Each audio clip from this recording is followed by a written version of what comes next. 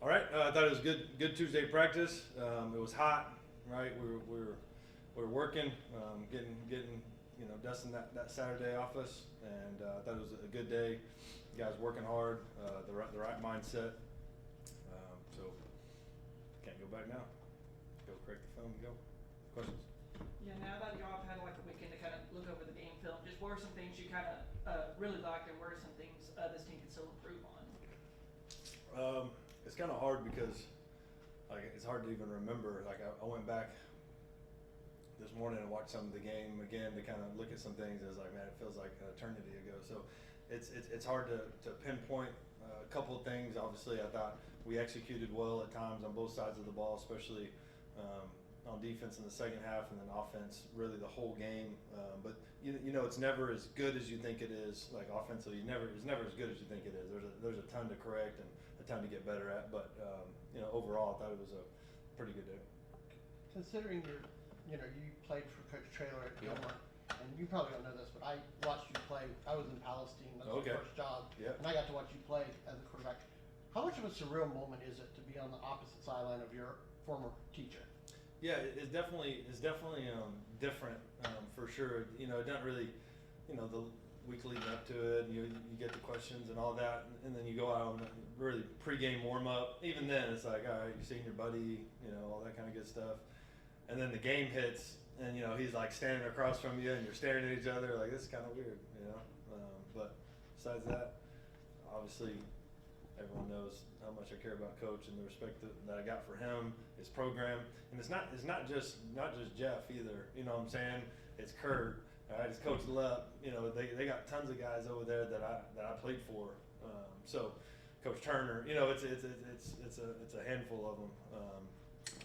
Luke, one of their signalers and one of their assistant coaches over there on offense. My mom taught him how to do a backflip. You know what I'm saying? So it's like it's a weird dynamic. And then you add in the rivalry part of it. You add in, the big games and the fan bases and all that, and it just it's a lot. That's why we're working so hard to make sure we go out there and perform, the way we need to. I know I hit on this yesterday. I truly believe like this team we're about to play is a really, really good team. They're in the upper echelon, whatever that word is, of teams,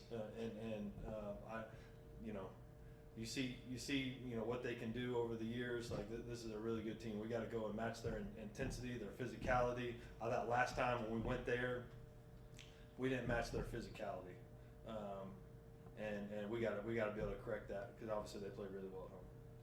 Thoughts on your offensive line this past week? With the 3 new starters, with Soley and Brock and Ezra, how they performed and the overall chemistry. Was it better than you thought looking over the film, or?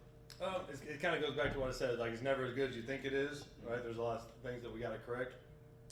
But I do think, for the most part, guys are working together. And if there wasn't MA involved, they hit it by playing extremely hard and being physical.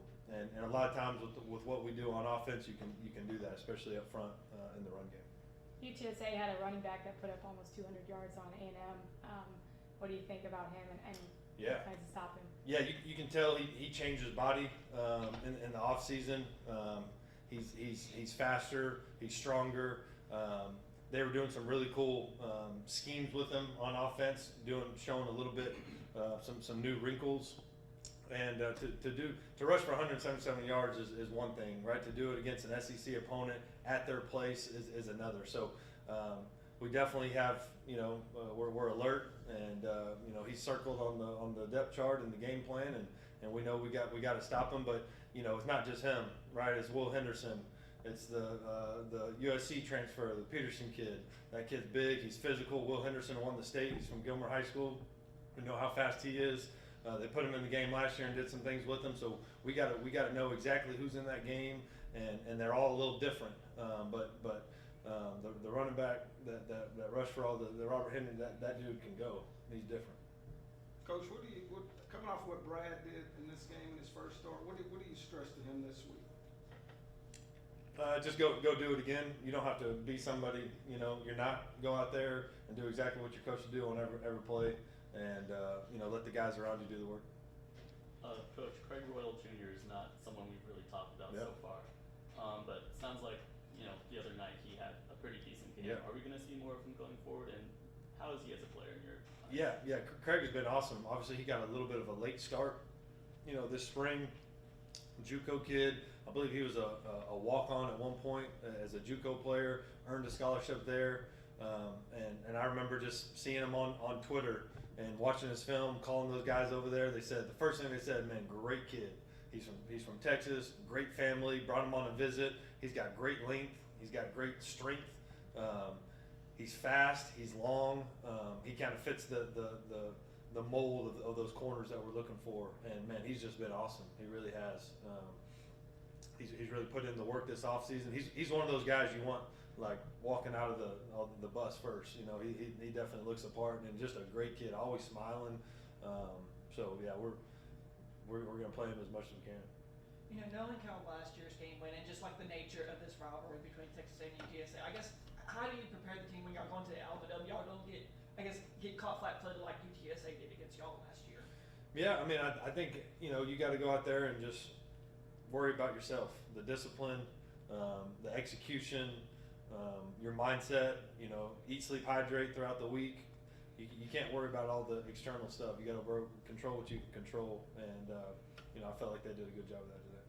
Yeah, with this game, it feels like there's always a lot of outside noise. Not only obviously with the history between you and Coach, but also just like the nature of these two fan bases. How y'all try to keep focused on the here and now rather than the outside noise? Yeah, at least for me, and the coaching staff, we got so much going on and working and stuff like that. It's hard for us to really, it's not like the off season where you got more time to look at that kind of good stuff. So for us, we're just worrying about us, and their team is so talented and they're coached so well. We gotta worry about that, first. What can you tell us about Lincoln Perry, just as the guy he is, kind of more off the field? Yeah, Lincoln is just.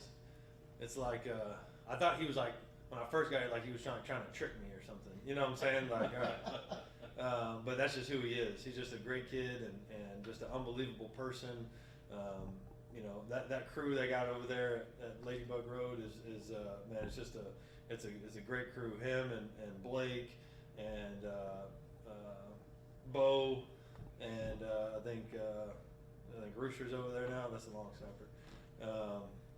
So they just have a really good little house over there, and they're always playing the games, and they're just like they're living the college dream right now. They really are. And Lincoln is like a big part of that, and he's just a great kid. Anytime you get any kind of NIL opportunities, anytime you got a speaking engagement, anything that you want representing the program, go ahead and send that guy out there. Speaking of Blake, we saw him and Titus get really involved in the run game.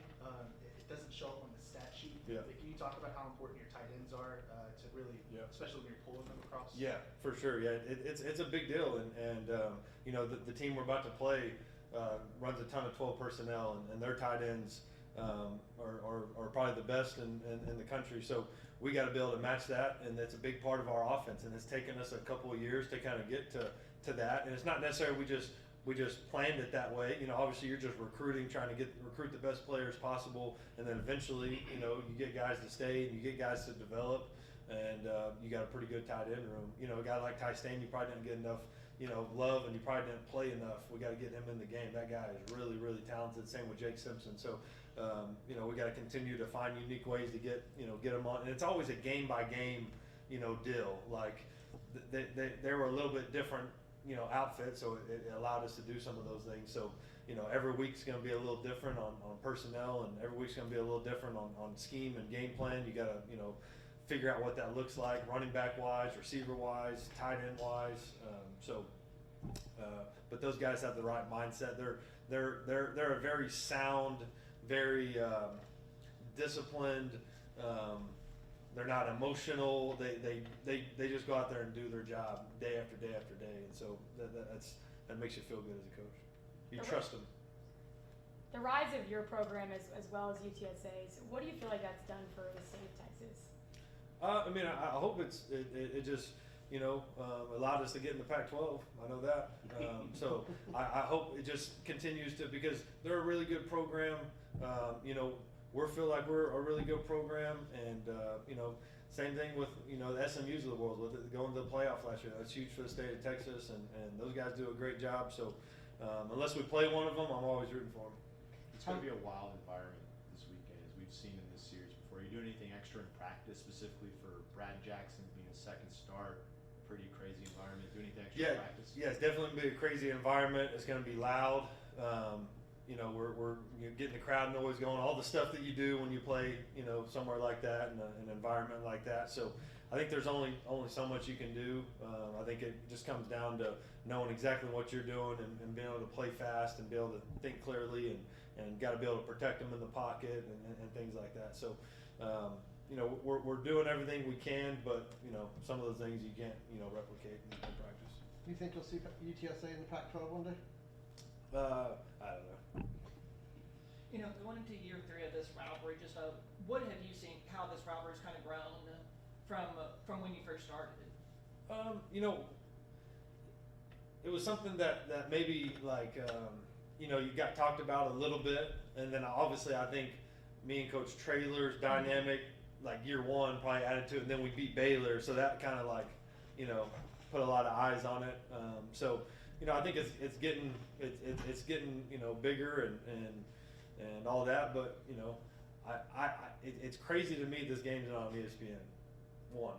You know what I'm saying? Why would you not put this game on ESPN 1? It's going to be the best G5 game of the year, maybe. I hope, at least.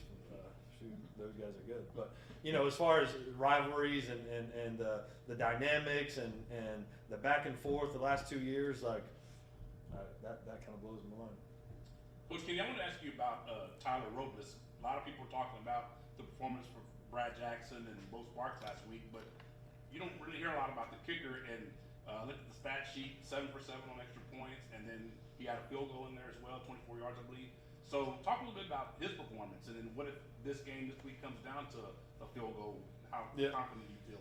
Yeah, he just got to keep on doing his job and go out there and kick the ball and be a good teammate. That's the only thing I want him worried about. Just go kick that ball, man. Kick it between those legs. Your run defense last week in the first half was kind of but the second half really locked in. Was that kind of a tackling issue, or was there a schematic thing that you guys fixed from the first to the second half?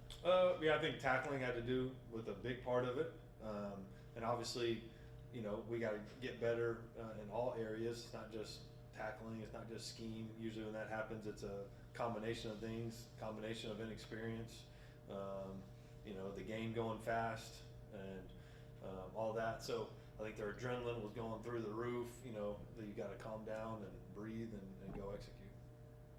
On Saturday, you had mentioned that, when talking about your offense, you kind of opened it up with, that was fun. Yeah. How important is that, to find that element of the game, in that week 1? Yeah, it's hard now in college football to have fun, but that's why you do it. So you try to, when those moments come about, you got to try to enjoy it, and that was fun at times, especially later in the game, and you kind of impose your will on somebody, and you're getting I think it's always fun for me as a coach, to see multiple guys go out there and have success. When Jenkins had the long run, that was awesome. You know what I'm saying? Chris Jones getting in at the end of the game and almost having the interception. Those are the fun things. You're building depth, but you're also getting better, and you're building confidence, and so all those things matter in the big picture. So you got to celebrate it, and that's one thing I've tried to do a better job of as a coach, is to enjoy those moments. Coming here on Sunday, you got your 24-hour rule, but enjoy that until we go out there and have our walkthrough and have our tempo runs and all that. Let's enjoy this. Let's celebrate it. It's hard to win in college football, so let's celebrate it when we do. We're part of that East Texas connection. That their quarterback is from Rusk. Yeah. But what does he pose? What kind of a challenge does he pose? Because he's pretty efficient. Yeah, no, super efficient, really good arm, really smart, really good athlete. He throws the ball really well. He can run. He's just the kind of the leader of that whole team. And so I think he made huge leaps, you know, just like any quarterback, when you get to stay in the same system and you get that in-game experience, you know, from week 1 to the bowl game, from year 1 to year 2, you can tell a big difference. And he's just a you know, a great kid from a great family, and you know, he really is. He's the real deal. And you know, besides when we play him, you know, on Saturday, you know, I root for that kid. Yeah, you know, knowing your relationship with Coach Traylor, how's Coach Traylor been this week? Haven't talked to him. Haven't talked to him. So I'm sure we'll talk on Saturday before the game, or Thursday. You know, he might hit me up, or I might hit him up on Thursday. Thursday is usually a good day.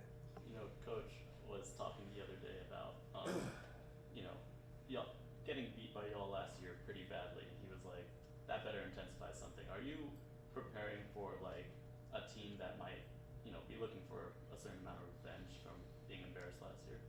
You know, I'm sure we're all, you know, everything's intensified this week, you know, and you know, a lot of the guys on their team weren't there last year. A lot of guys on our team weren't there last year. So it's like every year's a new year, every week's a new week. So obviously it's a big game, and it's at their place. So we gotta go in there and match their intensity. We gotta go in there and match their physicality and their execution, their discipline, and to have a chance in this one. Yeah, how unique is it of a game, like kind of what you were saying earlier, you know, you know a lot of coaches on that coaching staff, and obviously a lot of players just know each other, but with it being, you know, from San Marcos and San Antonio, how does that familiarity just kind of change the nature of this game? Yeah, you know, we try to recruit a bunch of those guys over there on their roster, whether the portal or high school. They do a tremendous job of evaluating and you know, I can go down the list of guys. So we're very familiar with them. I'm sure they're somewhat familiar with us, and so yeah, it definitely adds to it. And so yeah.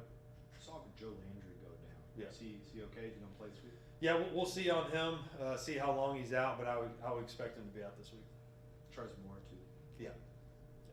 Anything else, guys?